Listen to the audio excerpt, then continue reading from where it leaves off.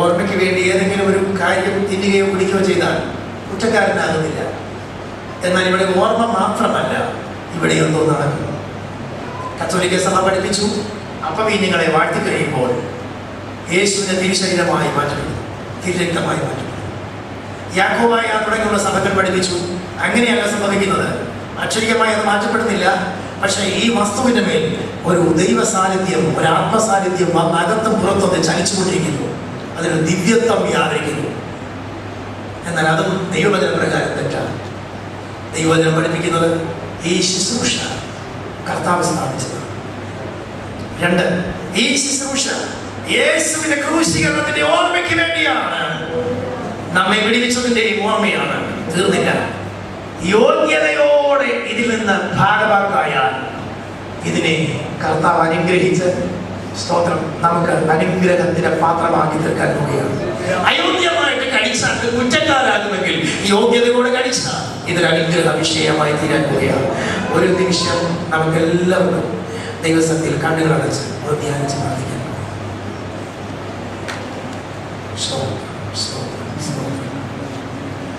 തിരുവചനം പറയുന്നു, ദൈവത്തോടും മനുഷ്യരോടും കുറ്റമറ്റ മനസ്സാക്ഷി സൂക്ഷിക്കണം. ദൈവത്തോടും മനുഷ്യരോടും കുറ്റമറ്റ മനസ്സാക്ഷി സൂക്ഷിക്കണം. എവിടെയാ എനിക്ക് പ്രശ്നം പറ്റിയത്? ഞാൻ വിശുദ്ധനാണ്, എന്നെ വിളിച്ചത് വിശുദ്ധയാണ്. എന്നാൽ എവിടേക്കോ പ്രശ്നങ്ങളുണ്ടായി. പ്രശ്നമില്ലാത്ത ആരുമില്ല. എന്നാൽ അവന്റെ പുത്രനായ യേശുവിന്റെ രക്തം സകല പാപവും പോക്കി നമ്മെ ശുദ്ധീകരിക്കുന്നു. ഈ രക്തത്താൽ കഴുകപ്പെട്ടിട്ടില്ലെങ്കിൽ ദൈവമായിട്ട് യാതൊരു പങ്കുമോഹനയുമില്ല. യേശു കർത്താവിന്റെ വചനപ്രകാരം രക്ഷിക്കപ്പെട്ട് സ്നാനപ്പെട്ട് അഭിഷേകം പ്രാപിക്കുകയോ അതിൽ വിശ്വസിക്കുകയോ ചെയ്യുന്നവർക്ക് മാത്രമാണ് ഈ പാനപാത്രത്തിന്മേലും ഈ മേശമേലും അവകാശമുള്ളത്. അതുപോലെ തന്നെ തിരുവചനം അതിന്റെ വെളിപ്പാടിൽ നാം ചിന്തിക്കുമ്പോൾ ആഭരണവർജനം എന്നത് ഒരു പ്രത്യേക സഭയുടെ മാത്രമല്ല, തിരുവചനത്തിന്റെ വെളിപ്പാട് കൂടിയാകുകയാണ്.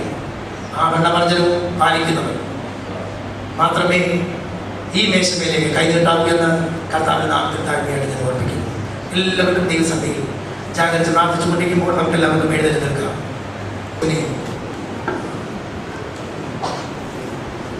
മഹാപുരോഹിതന്മാരും ശാസ്ത്രിമാരും എതിരാളികളും ചേർന്ന് പടയാളികളെ അയച്ച് അവരെ ലഭിച്ചു.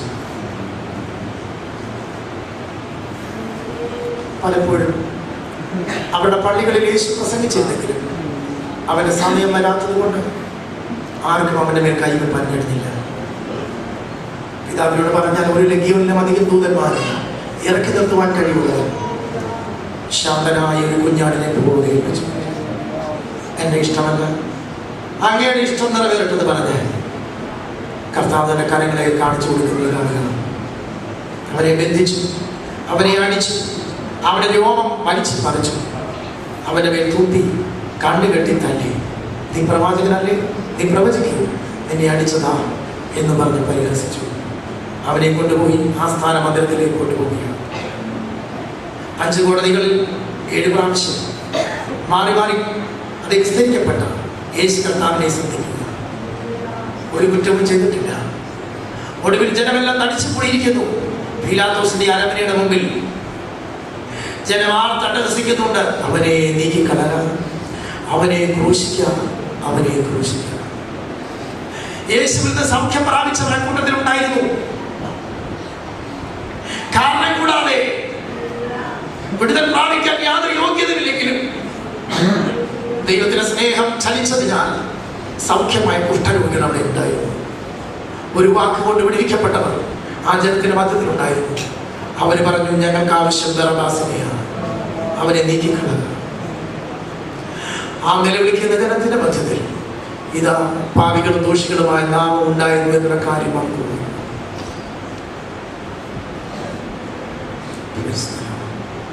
നീതിമാൻ വേണ്ടി മാത്രമല്ല, നീതികെട്ടവർക്ക് വേണ്ടി യേശു കർത്താവ് അബദ്ധന്മാരായ പാപികളായ നമുക്ക് വേണ്ടി കാൽവരിയിൽ മരിച്ചു.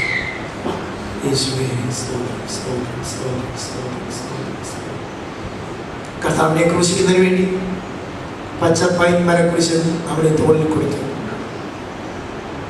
റോമ പടയാളികളുടെ അടികളേറ്റ് വിട്ടുകീറിയ ദേഹവുമായി ആ അടികുലൻ വീണ്ടും എഴുന്നേറ്റും യേശു കർത്താവ് മുന്നോട്ട് പോകും. സഹോദരിമാർ ദൂരത്ത് നിന്ന് നിലവിളിച്ചു. ആ നിലവിളി കേട്ട് കർത്താവ് തിരിഞ്ഞെന്ന് പറഞ്ഞു, എന്നെ ചൊല്ലിക്കരയണ്ട, നിങ്ങളെയും നിങ്ങളുടെ മക്കളെയും ചൊല്ലിക്കരയും. യേശു കർത്താവിനെ ക്രൂശിലെടുക്കുവാൻ കഴിയാത്തത് കൊണ്ട് അവനെ സഹായിക്കേണ്ടതിന് കുറേനക്കാരനായ ശിമോനെയും കൂട്ടിന് വിളിക്കുന്നു. മനസ്സോടെ കുറേനക്കാരന് പുറകെ ചെല്ലുന്നു. അവനോട് കൂടെ തലയോടിടന്ന് അർത്ഥമുള്ള ഗോൽഗോഥയിലേക്ക് ജനം പാഞ്ഞു ചെല്ലുന്നു. ഒരു വശത്ത് രണ്ട് വശങ്ങളിലായി അതെ രാഷ്ട്രീയ തടവുകാരായ രണ്ടുപേരെ പിടിക്കപ്പെട്ടിട്ടുണ്ട്. അവരെ ക്രൂശിച്ചു. അതിൻ്റെ നടുവിലേക്ക് ക്രൂശിതനായ യേശു കർത്താവിനെ വെട്ടിയിട്ട കുഴിയിലേക്ക് അവൻ ആ ക്രൂശ് നിവർത്തി ആ കുഴിയിലേക്ക് ഇടുമ്പോൾ 22-ാം സങ്കീർത്തനത്തിൻ്റെ ഭാഗ്യങ്ങൾ നിവർത്തിയാകിയ എൻ്റെ അസ്ഥികളെല്ലാം ബന്ധം വിട്ടു, കുടലിൻ്റെ നടുവേ ഒരുങ്ങിയിരിക്കുന്നു, എൻ്റെ ശക്തിയോട്ട് കഷ്ണം പോലെ ക്ഷയിച്ചിരിക്കുന്നു. താഴേക്ക് നോക്കി അലറുന്ന ജനത്തിന് ശബ്ദം കേട്ട് സങ്കീർത്തനക്കാരൻ്റെ ഭാഗം ഓർമ്മ വരുന്നു. ഭൂഷതയോടെ അലറുന്ന സിംഹത്തെ എൻ്റെ നേരെ അമർവായി വളർത്തുന്നു. നന്നായി ഞങ്ങളുടെ സ്വന്തം കണ്ണാൽ കണ്ടുവല്ലോ എന്ന് അവർ പറഞ്ഞു. പരദേശികളും വഴിയെ പോകുന്നവരും പോലും മശിഹയെ നിന്ദിച്ച് തല കൊടുക്കും. കാണുവാൻ പോലും കഴിയാതെ ജനം മാറത്തടിച്ച് ദൂരത്തു നിന്ന് നിലവിളിക്കുന്നു. താൻ സൃഷ്ടിച്ച പ്രപഞ്ചം, അതിൻ്റെ വെളിച്ചമായ സൂര്യൻ ഒരു നിമിഷം പോലും സൃഷ്ടിതാവിനെ അങ്ങനെ കാണുവാൻ കഴിയാതിട്ട് അവന്റെ കണ്ണുകൾ ഇറുക്കി അടച്ചു. ഉയരങ്ങളിലേക്ക് ഒരു സമാധാനത്തിന് വേണ്ടി നോക്കിയ പുത്രൻ തമ്പുരാൻ കണ്ടത് സ്വർഗ്ഗം കൂട്ടിയടയ്ക്കപ്പെട്ടു. എന്റെ ദൈവമേ എന്നെ കൈവിട്ടതെന്ന്, എന്നെ നിങ്ങളെയും നിത്യതയുടെ ഭാഗമാക്കാൻ, സ്വർഗത്തിന്റെ ഭാഗമാക്കാൻ യേശു കർത്താവ് കൈവിടപ്പെടുകയായിരുന്നു. മനസ്സോടെ ഇനി പാപത്തെ സ്നേഹിപ്പാൻ ഞാനില്ല. ഒരു ശുദ്ധീകരണത്തിന് വേണ്ടി, തീരുമാനത്തിന് വേണ്ടി എല്ലാ പ്രിയപ്പെട്ട ദൈവസന്നിധിയിൽ പ്രാർത്ഥിക്കാം. രക്തം ചെയ്യും. കർത്താവേ, ഒരിക്കൽ കൂടെ കഴുകണമേ. അങ്ങയുടെ ദിവ്യ സാന്നിധ്യത്തിൽ ഞാൻ പറയപ്പെടുന്നു. കർത്താവേ, അങ്ങയുടെ ക്രൂശിന്റെ ചൂടിലേക്ക് ഞങ്ങൾ കടന്നു വന്നിരിക്കുന്നു. ഞങ്ങളെ അനുഗ്രഹിക്കണമേ.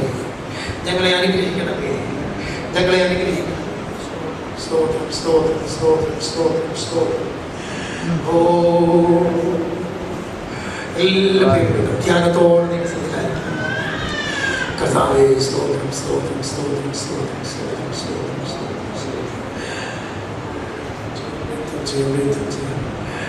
ഇത് കർത്താവിന്റെ മേശയാണ്. ഈ ശുശ്രൂഷയിൽ നമുക്ക് അനുഗ്രഹമുണ്ട്. ഇതിൽ വിടുതലും രോഗശാന്തിയുമുണ്ട്. സ്തോത്രം. നമുക്കൊരു നിമിഷം ഈ മേശയെ കർത്താവിന്റെ കരങ്ങളിൽ ഏൽപ്പിച്ച് നമുക്ക് പ്രാർത്ഥിക്കാം. കർത്താവേ, ഈ ശുശ്രൂഷയെ ദൈവകരങ്ങളിലേക്ക് ഞങ്ങൾ കൊണ്ടുവരുന്നു. ദൈവ സാന്നിധ്യം ഇതിനെ മേൽ വ്യാപരിപ്പാൻ ഞങ്ങൾ പ്രാർത്ഥിക്കുന്നു. നിന്റെ ജനത്തിന് അനുഗ്രഹമായി തീരേണ്ടതിന് ഞങ്ങൾ ഏൽപ്പിച്ച് പ്രാർത്ഥിക്കുന്നു. സ്തോത്രം. കർത്താവ് സഹായിച്ചതിനായി സ്തോത്രം. യേശുവിന്റെ നാമത്തിൽ തന്നെ. നമ്മുടെ കർത്താവായ യേശുവിനെ കാണിച്ചു കൊടുത്ത രാത്രിയിൽ അവൻ അപ്പമെടുത്തു, സ്തോത്രം ചൊല്ലി. കർത്താവായ യേശു കർത്താവിന്റെ ശരീരത്തിന്റെ ഓർമ്മയ്ക്കായിട്ട് നമുക്ക് തന്നിരിക്കുന്ന ഈ ശുശ്രൂഷയ്ക്ക് ഈ അപ്പത്തെ കർത്താവ് അനുഗ്രഹിച്ചു തരേണ്ടതിൽ നമുക്കെല്ലാം സ്തോത്രം ചെയ്യാം. സ്തോത്രം. പിതാവിന്റെ മടിയിൽ ഓമനകുമാരനായിരുന്ന യേശു കർത്താവേ, ജീവനുള്ള അപ്പമായി ഞങ്ങൾക്ക് വേണ്ടി ഭൂമിയിലേക്ക് ഇറങ്ങി വന്നവരെ, ദൈവത്തിന്റെ കോപാഗ്നിയിൽ വെന്തെരിഞ്ഞ് പാകമായി നല്ല അപ്പമായി ജീവൻ നൽകുന്നവനായി ഇറങ്ങി വന്നവനെ, ഈ അപ്പത്തെ ദൈവകരങ്ങളിൽ ഏൽപ്പിച്ച് ഞങ്ങൾ പ്രാർത്ഥിക്കുന്നു. അനുഗ്രഹിക്കണമേ, ശുശ്രൂഷയെ അനുഗ്രഹിക്കണമേ. ഇത് ഭക്ഷിക്കുന്ന പ്രിയപ്പെട്ടവരുടെ ജീവനും ചൈതന്യമാകട്ടെ. ദൈവകരങ്ങളിൽ ഏൽപ്പിക്കുന്നു. യേശു കർത്താവിന്റെ ധന്യമുള്ള നാമത്തിൽ തന്നെ. ശുശ്രൂഷയ്ക്ക് സഹായിപ്പാൻ പ്രിയപ്പെട്ടവർ കടന്നു വരണമെന്ന് ഓർപ്പിക്കുന്നു. നമ്മുടെ കർത്താവായ യേശു കർത്താവിനെ കാണിച്ചു കൊടുത്ത രാത്രിയിൽ അവൻ അപ്പമെടുത്തു, സ്തോത്രം ചൊല്ലി നുറുക്കി. നിങ്ങൾക്ക് വേണ്ടി നുറുക്കപ്പെടുന്ന എൻ്റെ ശരീരമാകുന്നു, എൻ്റെ ഓർമ്മയ്ക്ക് വേണ്ടി ചെയ്യുവീൻ എന്ന് പറഞ്ഞു. സ്തോത്രം. നമ്മുടെ ശരീരത്തിന്റെ വീണ്ടെടുക്കൽ അവിടെ തന്നെ അത്താഴത്തിന് ശേഷം ഒരു പാനപാത്രം എടുത്തു സ്തോത്രം ചൊല്ലി. ദൈവ സാന്നിധ്യം ഈ ശുശ്രൂഷമേലുണ്ട്. കർത്താവ് ഈ പാനപാത്രത്തെ അനുഗ്രഹിച്ചു തരുന്നതിന് വേണ്ടി നമുക്ക് സ്തോത്രം ചെയ്യാം. സ്വർഗ്ഗീയ പിതാവേ, ഞങ്ങൾ വീണ്ടും നദിയോടെ സ്തുതിക്കുന്നു. അപ്പത്തെ അനുഗ്രഹിച്ചിലേക്ക് നൽകി തന്നല്ലോ, അതിനാണ് സ്തോത്രം. ഈ പാനപാത്രത്തെയും ദൈവജനങ്ങളിലേക്ക് ഞങ്ങൾ ഏൽപ്പിക്കുന്നു. കർത്താവിനെ അനുഗ്രഹിച്ചു തരണമേ. ഹല്ലേലൂയ. അവിടുത്തെ രക്തം അതിനെ ഓർമ്മയ്ക്കായിട്ട് ഞങ്ങൾക്ക് തന്നിരിക്കുന്ന ഈ പാനപാത്രത്തെ ശുശ്രൂഷയും അനുഗ്രഹിക്കണമേ. ഹല്ലേലൂയ. ഞങ്ങൾ പാപികളും ദോഷികളുമായിരുന്നപ്പോൾ ഞങ്ങൾക്ക് വേണ്ടി ചൊരിയപ്പെട്ട യേശുവിന്റെ പുണ്യാഹ രക്തം ഞങ്ങളെ വിടുവിച്ചതിനാണ് സ്തോത്രം. ഞങ്ങൾക്ക് വേണ്ടി മരിച്ച് അവസാനത്തെ തുള്ളി രക്തം വരെ ഊറ്റിയല്ലോ. അവിടുത്തെ രക്തത്താൽ ഞങ്ങൾക്ക് വിമോചനം തന്നല്ലോ, അതിനാണ് സ്തോത്രം. ഈ പാനപാത്രത്തെ വാട്ടിയെ താൻ അനുഗ്രഹിച്ചു തന്നാണ് യേശു ക്രിസ്തുവിൻ ധന്യമുള്ള നാമത്തിൽ തന്നെ പാനപാത്രത്തെ നാം അനുഗ്രഹിച്ച് സ്തോത്രം ചെയ്യാം. സ്തോത്രം സ്തോത്രം സ്തോത്രം സ്തോത്രം. അവിടെ തന്നെ താഴെത്തിന് ശേഷം അവൻ പാനപാത്രം എടുത്തു, സ്തോത്രം ചൊല്ലി അവർക്ക് കൊടുത്തു. വാങ്ങി പങ്കിട്ടുകൊള്ളുകയും നിങ്ങൾക്ക് വേണ്ടി ചൊരിയുന്ന എൻ്റെ രക്തത്തിൽ പുതിയ നിയമമാകുന്നു എന്ന് പറഞ്ഞു. നമ്മുടെ ആത്മാവിൻ്റെയും പ്രാണന്റെയും വീണ്ടെടുപ്പിനായി യേശു കർത്താവിന്റെ രക്തം നമുക്ക് വേണ്ടി കാൽവരിയിൽ ഒഴുകപ്പെട്ടു. സ്തോത്രം സ്തോത്രം സ്തോത്രം. സർവപാപ കരകൾ തീർത്തു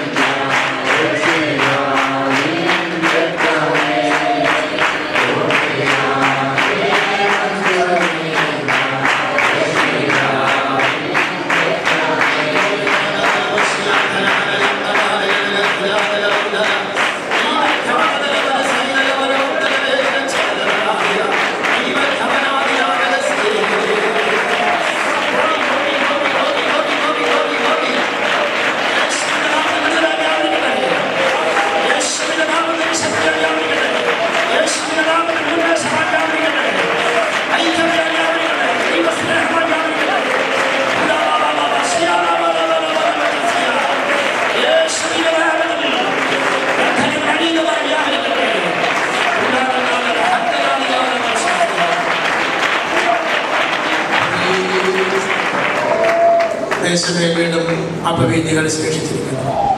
വാഗ്ഭാഷണം കൂടാതെ നമ്മെ അറിയിക്കുന്ന ദൂതുകൾ ഇനിയും ഇതിന് യോഗ്യനായി ദൈവം കണ്ടെത്തിയ ചില പ്രിയപ്പെട്ടവർ ഇന്ന് വരെ ഇതിനകത്ത് കടന്നു വന്നിട്ടില്ല. അത് സുവിശേഷീകരണത്തിന് വേണ്ടി നമ്മെ ബന്ധപ്പെടുത്തുന്നു. അത് നമ്മോട് പറയുന്നു, കാലം കഴിയുന്നതിന് മുമ്പേ അതിനെ അറുത്തെടുക്കുക, കൊയ്തെടുക്കുക, നാളുകളിൽ നഷ്ടമാകരുത്, നിത്യതയ്ക്ക് വേണ്ടി മുതൽക്കൂട്ടാക്കിയിട്ട് നമ്മുടെ പ്രിയപ്പെട്ടവർ ദൈവകൃപയിലേക്ക് കടന്നു വരേണ്ടതിന് വേണ്ടി പ്രാർത്ഥിക്കുന്നതിന് ഇത് നമ്മെ പ്രചോദനം തരികയാണ്. ദൈവസ്നേഹത്താൽ അറിയപ്പെട്ടവരായി ഒരു കാര്യം കൂടി ഓർപ്പിക്കുന്നു, ഇന്നുവരെ നമ്മുടെ കർത്താവ് വന്നിട്ടില്ല. അത് നമ്മെ ബലപ്പെടുത്തുകയും ബന്ധപ്പെടുത്തുകയും ചെയ്യുന്നു. എത്രയും താമസമില്ല നാം പ്രത്യാശ ചെയ്യുന്ന കർത്താവ് ആകാശമേഖല വാഹനമാക്കി രണ്ടാമത് മടങ്ങി വരും. അവന് വേണ്ടി ഒരുക്കാം, അല്ലെങ്കിൽ ഒരുക്കാം. കർത്താവ് നമ്മെ സഹായിക്കട്ടെ. സ്തോത്രം. നമ്മുടെ കർത്താവ് ഈ സ്തോത്ര ശുശ്രൂഷയുമായുള്ള ബന്ധത്തിൽ ആമേൻ ഈ പാനപാത്രങ്ങളെ ഈ അതേ അപ്പത്തെയും സ്തോത്രം ചൊല്ലി നുറുക്കി അവർക്ക് കൊടുത്ത ശേഷം നാം തിരുവചനത്തിൽ വായിക്കുന്നു, അവർ സ്തോത്രം ചൊല്ലി ഒരു മലയ്ക്ക് പുറപ്പെട്ടു പോയി. സ്തോത്രം അന്ത്യത്താഴത്തിന് ശേഷം സ്തോത്രം ചൊല്ലി, സ്തോത്രം യേശു കർത്താവ് ഏറ്റവും കൂടുതൽ സ്തോത്രം പറഞ്ഞതായ ഒരു ശുശ്രൂഷയാണല്ലോ. സ്തോത്രം പാടി അവർ ഒരു മലയ്ക്ക് പുറപ്പെട്ടു പോയി. രണ്ടാമത് ലേഖനങ്ങളിലൂടെ നാം വായിക്കുമ്പോൾ അതേ വിശുദ്ധന്മാർ തമ്മിൽ സ്നേഹ ചുംബനം കൊടുത്ത് അവൻ പരസ്പരം ആലിംഗനം ചെയ്ത് ദൈവത്തിന്റെ വിശുദ്ധനാമത്തെ സ്തുതിക്കുന്നതായി നാം കാണുന്നു. ഈ രണ്ട് വാക്യങ്ങളുടെ അടിസ്ഥാനത്തിൽ നാം ഒരുമിച്ച് ചേർന്ന് എഴുന്നേറ്റ് നിന്നുകൊണ്ട് സഹോദരിമാർ തമ്മിലും സഹോദരന്മാർ തമ്മിലും വിശുദ്ധ ചുംബനം കൊടുക്കുകയും നമ്മുടെ പ്രത്യാശയെ വർദ്ധിപ്പിക്കുന്ന ഒരു ഗാനം പാടി കർത്താവിനെ മഹത്വപ്പെടുത്തുകയും ചെയ്യാം.